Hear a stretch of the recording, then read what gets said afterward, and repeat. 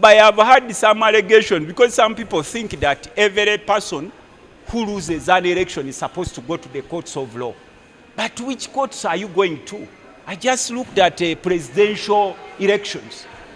NUP decided not to go to the courts because they knew that they won't get justice in the courts of law. So if there is anyone who's agitated that Luttamaguzi hasn't gone to the courts and you're ready to sponsor me, I have evidence 100% that I won the position of Member of Parliament for Nakaseke South. I can give you all that you need such that you can volunteer and sponsor me if you have the capacity, and then we go to the courts of law. But knowing what is happening today, where justice is very limited to certain individuals, I cannot waste my meager resources and then go to the courts of NRM, which I know that most of them are full of cadres. So what if I find a judge like the one who took the word of Masaka, of Honorable Naruoga? There are so many cadres we see. So it is my humble request that whoever is there and thinks that can be part of me to sponsor all all of these irregularities in the courts of law, I am very open to such kind of person. But don't put some allegations that some members who haven't gone to the courts of law, they have sat on the table with who? Because I know most of these propagandists are paid and sponsored by the state. No, where? Where? What we hear. We are not, you shouldn't depend on hearsays. But I thought that some of you are professional enough that before you make any such statements, you are supposed to verify it. But if you also depend on social media, there is every Tom and Dick on social media. I would think that before you ask me such a question, you come with evidence that you sat with so and you decided not to go to the courts. But if you come with allegations, like for example, I was out of the country, I was in Namibia. I saw a fool on social media sharing that Luttamaguzi has met General Saleh. But I was in Namibia with the leader of opposition. I looked at that fool. These are fools who leave their homes without any program to do. They are paid money by the same regime to go and spread propaganda. Because I would think you as a journalist, you as a person who is not just working on hearsay, before you make any statement, before you ask any question, you're supposed to provide proof of what you are saying. But if you just go outside and you depend on hearsays, then I pity this country. Because where we are, we shouldn't be there to the extent that even people would take it to be professionals enough. They also depend now on social media. One day you will hear someone being, like there is a lady who was announcing me dead. On social media, all over, she's there. But I received a lot of calls. I said, now you people, do you also get your information from social media? Or as a journalist, you are qualified to go and investigate any statement before you qualify it to the public. If Saleh calls you to talk about the issues of politics in your constituency, he says he's sponsoring your case. How do you react? Now you say, what if he calls me? You said what if? Yes. Do I look to be extremely needy? Politically? Economically? I think you have been seeing me. Do I look to be extremely needy? You have been seeing me for a long. If I wanted to change to NRM, even I cannot waste a single minute. I just cross. I am not needy. I've told you I am not needy. Politically and economically. So if there is any person in the regime who thinks, as you asked me, that who thinks that he can go and he can sponsor my case, that his sponsorship is unwelcome. I can still survive outside politics, and I can still add on more important issues to this country, even when I'm outside Parliament. Parliament is not a do or die affair. You can be outside. So if you think you can be like the other blogger who thought that it is only Saleh who meets politicians, most of the time those guys are paid money. I know, under this regime. They say What, like you have asked, what if Saleh, like he has sponsored how many people in their cases? Because if you ask me such a question, you would give me an example that Saleh sponsored ABCD in such a case and such a person won the case.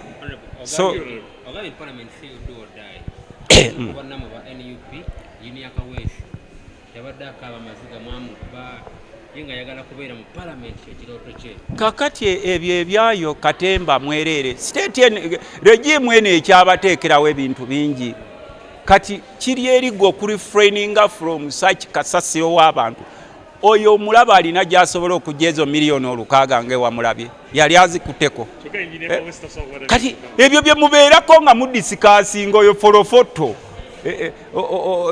tumuyita wolokoso bwe mubeerako you make a wolokoso wamwe ne babuloga mbusime buloga yagambye bwati kati njagala kugamba gwolaba omukulu oyo miliyoni 600 alina wazijja gwomba omutunuulidde kwanga fe bali batugambye don't discuss issues which don't matter muwaso at this time katuli mu buseera si bya bulijjo oli azza kugambye mbu atudde ne babuloga banne mbumanje NUP ekiroto kyange kya parliament ekiroto kyo kya parliament lete bakuwadde si buli kiroto nti kituukirira olidde si buli kiroto there are so many dreams nze kati ondaba nali mbaddeko ne basi 9 ekiroto kyange kyali kyakuba ne basi 10 naye watuuka ekiseera ne 9 ne zinzigwako n'ensigaza basi emu tekitegeeza nti nina okusamba ku makubo nsambagale no bw'oba ekirooto kyo bakugambe your dreams should work somewhere else not in parliament here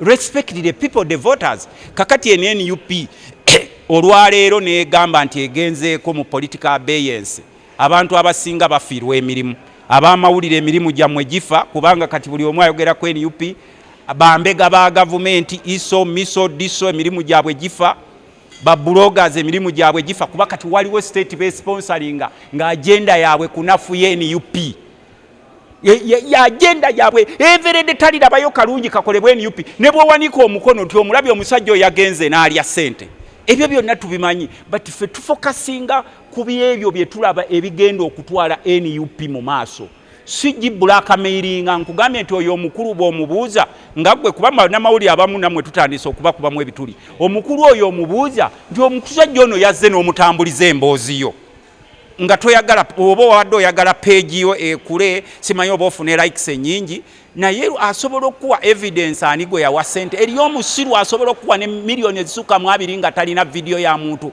oba anything to show nti akuwadde ssente ezo niwomanyi miliyoni 600 kye kitegeeza nze nkwata ku ssente naye omanyi miliyoni 600 kye kitegeeza ekutiya okwata kutiya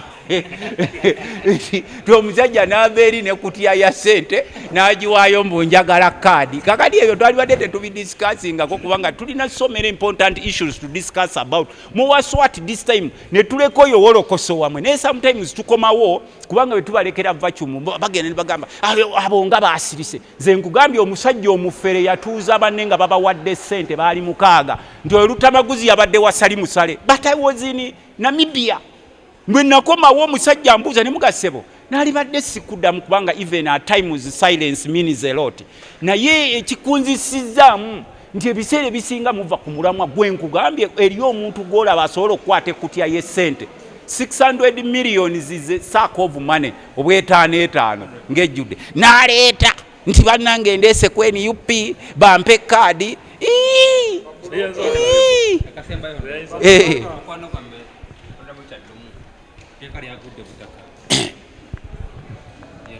kati oba jjeeyo etteeka lye oba talijjaayo eyo issue tetukwatako fe twatstandingawo we should uphold the traditions of the opposition principle egamba ki nti ekibiina ekisinza ababaka abangi mu house kyekiteekinga ololo ya leader of opposition kati gwe omupiira bwe gutandika okusambibwa nga bulijjo omupiira bagumalira mu center ate gwe n'okyusa rules n'ogamba nti kati omupiira bagumalira mu koona tuba tetukutegeera. Naye nze nsuubira nti bamubadde emabega beekubye mu kifuba, kubanga kyenneewuunya nze ku basajja bano buli kamu bakaagala. N'akafo ka leader of opposition nako kabasuza batunula. Akafo ako katuluma. Akafo katuluma. Abamu babadde batagetinga Joel Ssenyonyi azanindi video. Ssenyonyi azanindi video kubanga Ssenyonyi ali gumite. Ssenyonyi ali gumite. Naffe twamwewuunya ne tumuga ssebo mukama wange n'enkola gy'okola singa opposition baali bakolanga gwe n'oyimirirawo ffe tubadde tutambula naye mu bintu bingi. Nze waliwo gwe ntunula n'enkukugamu ebitulinga obudde bukyali ojjukira oli loopa omulala gwe sijja kwogerako ye namubuulirawo nti gwe innalira wa innalirahi ne mutandika okwogera ebigambo bingi Luttamaguzi awedde ate ye ateewa mukisa kakati ono omuvubuka bukyajja mu paalamenti Joel Ssenyonyi omulimu gwagukoze omuntu atappreciatinga abanga tamanyi kyayagala to the extent nti even in a regime holding all positions naye etuuka okukovetinga ekifo kya leader of opposition ne baleeta amateeka nga gatagetinga just an individual. So bw'aba omukulu yajjeeyo ekyo kyabadde alina okukola nga b'osanga owa trafficking atereeza emmotoka gwe mulimu gwe kyabadde alina okukola. Mu biro bino tulina ebizibu bingi ebiruma bannayuganda kuba tetumanyi kiddako economically, politically, socially. Kati baleeta amateeka ago agali anti-democracy naffe nga banne baava nabo naddala wano mu Buganda twabadde tetumusanyukidde ngera nga tutandise okulaba nti atandise okuyingira enjegoyego ja sitaani ez'okukaaba. Bw'abanga yalijjeeyo etteeka sirina na kulyogerako ffe tugamba nti bannayuganda beeyongera okugenda maaso nga bafokasinga okufuna democracy n'okutereeza ensi yaabwe kubanga ffenna tuli mu buwambe. Abali mu buwambe ne bw'obeera mu kkomera ne bakuwa ekifo ky'obwakatikkiro naye ng'oli mu buwambe era osigala oli muwambe. So ensonga lwaki kati fokasi yaffe eri kulaba tuva tutya mu buwambe kubanga ebiseera ebisinga abamu temumanyi nti wano we tuli tutuuseewo olw'okufokasinga ennyo ku bintu ebitalina makulu mu budde buno bannansi babanga batwetaaga okudisikasinga ku issues which matter most. Bye byange bakama bange.